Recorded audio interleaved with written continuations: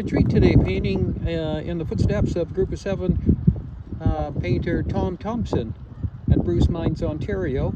Here's his original painting that he did in this monument set up here at the marina. And I couldn't resist setting up an easel to do a little plein air painting. And here's my version.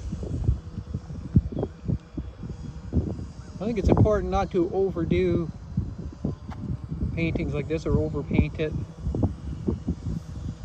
And there's the scene right there. And if you want to, there it is cropped, just like this painting over here. And I'll swing back over to the original Tom Thomson painting here. Very dramatic sky, which I love doing too. And here's another close-up view of my finished painting.